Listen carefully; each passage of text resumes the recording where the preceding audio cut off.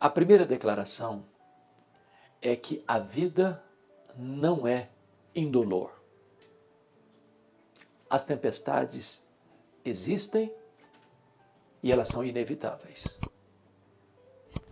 Elas são democráticas. As tempestades chegam para todos, grandes, pequenos, ricos, pobres, doutores, analfabetos, crentes e ateus. Não passamos pela vida incólumes, imunes. Não estamos numa estufa, blindados. Estamos expostos a riscos reais, a perigos concretos, a ameaças terríveis.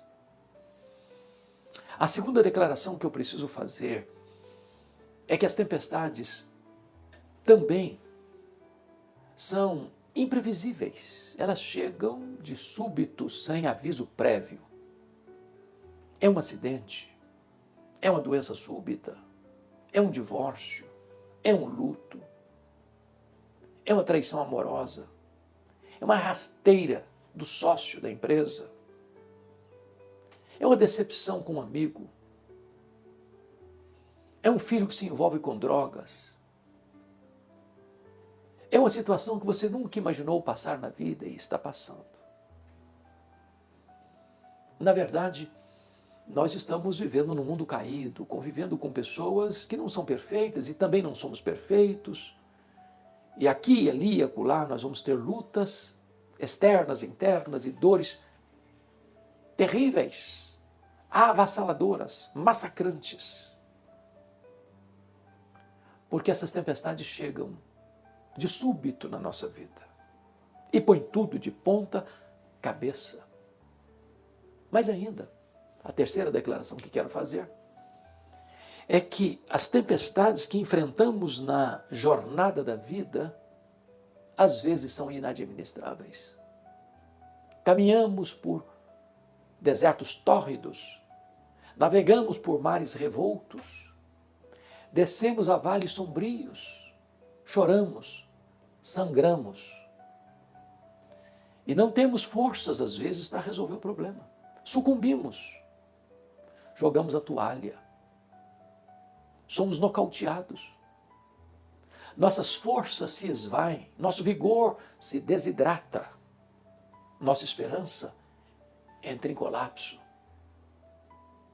Tantas vezes, problemas que outrora pareciam comuns se transformam em gigantes que rosnam diante de nós e jogam o bafo quente da ameaça sobre nós. Ficamos apequenados, achatados, debaixo do rolo compressor de tempestades convulsivas. Mas ainda, e é a nossa esperança, é que essas tempestades todas que nos assolam, que nos afligem, que nos debilitam, que nos jogam ao chão, ao tapume da vida,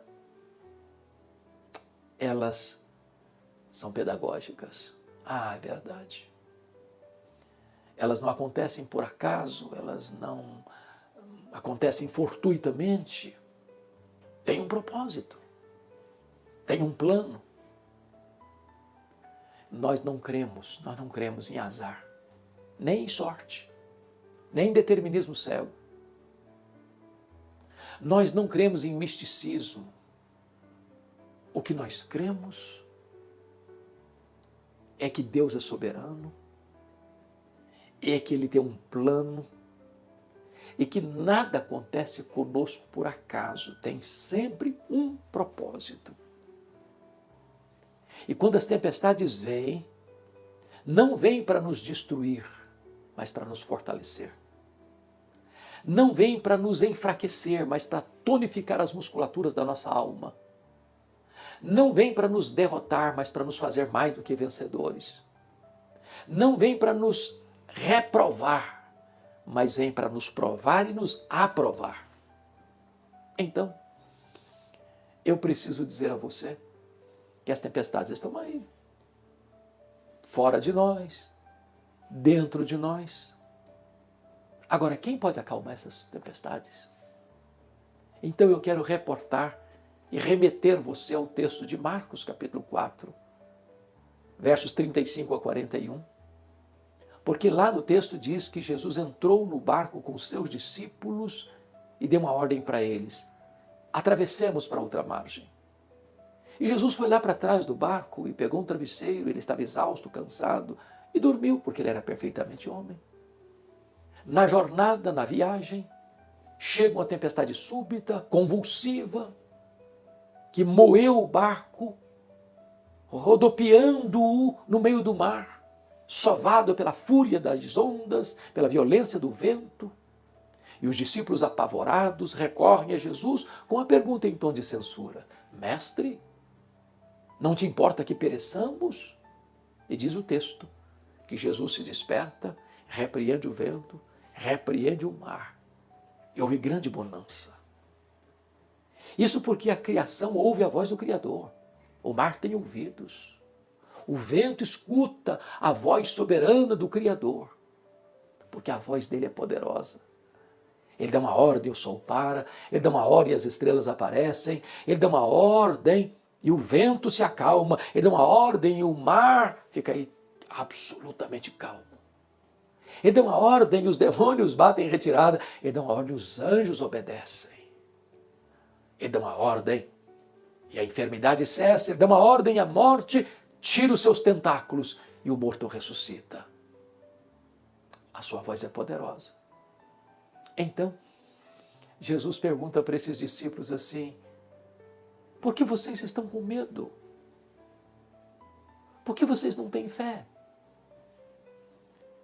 E Jesus mostra para eles que eles não precisavam ter medo, porque ele tinha dado uma promessa para eles: passemos para outra margem.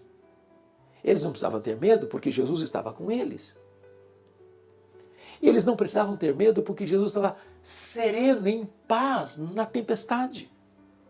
Eles não precisavam ter medo porque o Jesus que estava com eles é o todo-poderoso Deus que tem poder sobre a natureza, tem poder sobre os demônios, tem poder sobre as enfermidades, tem poder sobre a morte. Então, é que os discípulos perguntam, maravilhados, tomados de grande reverência diante da majestade de Jesus, e perguntam: quem é este que até o vento e o mar lhe obedecem? Que pergunta emblemática! Quem é este? E poderíamos responder que este é aquele que, com o Pai e o Espírito Santo, antes da criação do mundo, estava em plena harmonia e comunhão, planejando você e a mim. Planejando um curso para a história vitorioso. Quem é este? Este é aquele que criou todas as coisas. Porque todas as coisas foram feitas por intermédio dele e sem ele nada do que foi feito se fez. As coisas visíveis e invisíveis. Sem matéria preexistente, do nada ele tudo criou, chamando à existência as coisas que não existiam. Quem é este? Este é a semente da mulher, que nasceu para esmagar a cabeça da serpente. Este é a semente ou descendente de Abraão, em quem todas as famílias da terra são abençoadas.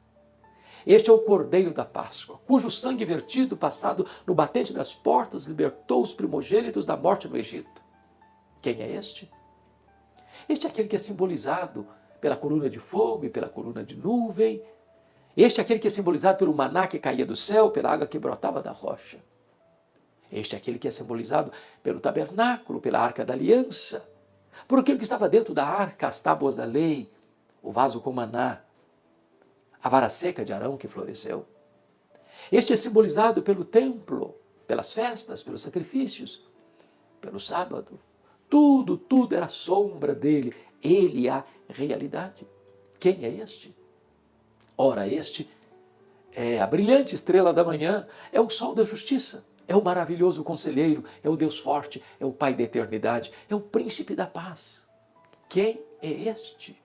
Ora, este é o Verbo eterno, pessoal, divino, que se fez carne e habitou entre nós, cheio de graça e de verdade, e vimos a sua glória, glória como do unigênito do Pai. Quem é este? Ora, este é o Cordeiro de Deus que tira o pecado do mundo, o Cordeiro que foi morto, mas está vivo pelos séculos dos séculos e tem as chaves da morte e do inferno. Quem é este? Este é o fundamento da igreja, o dono da igreja, o protetor da igreja. Este é o princípio e o fim, é o alfa e o ômega. É a raiz de Davi, o leão da tribo de Judá. Quem é este? Este é o grande eu sou. Este é o pão da vida, a luz do mundo, a porta das ovelhas, o bom pastor, a ressurreição e a vida, o caminho, a verdade e a vida, a videira verdadeira. Quem é este? Este é o Rei dos Reis, este é o Senhor dos Senhores. Este é a nossa alegria, este é a nossa paz, este é a nossa justiça, este é a nossa herança. Este é aquele que andou por toda parte fazendo o bem, libertando os oprimidos do diabo. Os cegos viram, os surdos ouviram, os mudos falaram, os coxos andaram, os mortos ressuscitaram. Quem é este? Este é aquele que, sendo Deus, não julgou como usurpação o ser igual a Deus, antes a si mesmo se esvaziou, assumindo a forma de servo, humilhando-se até a morte e morte de cruz, pelo que também o Pai o exaltou sobremaneira. Ele deu o nome que está acima de todo nome, para que ao nome de Jesus se dobre todo o joelho, nos céus, na terra e debaixo da terra, e toda língua confesse que Jesus Cristo é o Senhor, para a glória de Deus Pai. Quem é este? Este é aquele que chorou e sangrou no Getsemane por amor de nós. Este é aquele que tomou sozinho o cálice amargo da ira de Deus que nós devíamos tomar. Este é aquele que foi cuspido e esbordoado por amor de nós no sinédrio judaico. Este é aquele que foi espancado e vilipendiado no pretório romano. Este é aquele que foi crucificado na cruz do Calvário e morreu pelos nossos pecados, mas ressuscitou para a nossa justificação. Este é aquele que voltou para o céu em glória, está sentado à mão direita de Deus Pai, de onde governam os céus e a terra. Este é aquele que derramou o Espírito Santo sobre a igreja e vai voltar pessoalmente, visivelmente, audivelmente, repentinamente, inesperadamente, inescapavelmente, gloriosamente para buscar a sua igreja. Quem é este? Este é o amado da nossa alma. Este é o nosso glorioso Redentor. Este é aquele que pode acalmar os vendavais da sua vida, os mares revoltos da sua história. Este é aquele que está dizendo para você hoje e agora, você não precisa ter medo, você precisa ter fé. Quem é este? Você pode responder: quem é este? Quem é ele para você? Qual o significado dele na sua vida?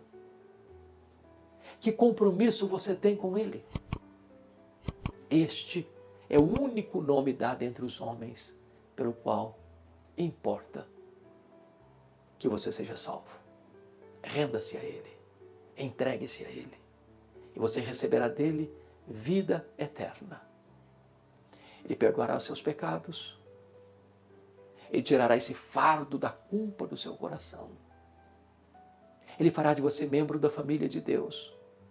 Ele caminhará com você todos os dias da sua vida, vai segurar você com a sua mão direita, guiar você com o seu conselho eterno, até receber você na glória. Deus abençoe o seu coração, que você viva na presença deste e para a glória dele. Um grande abraço.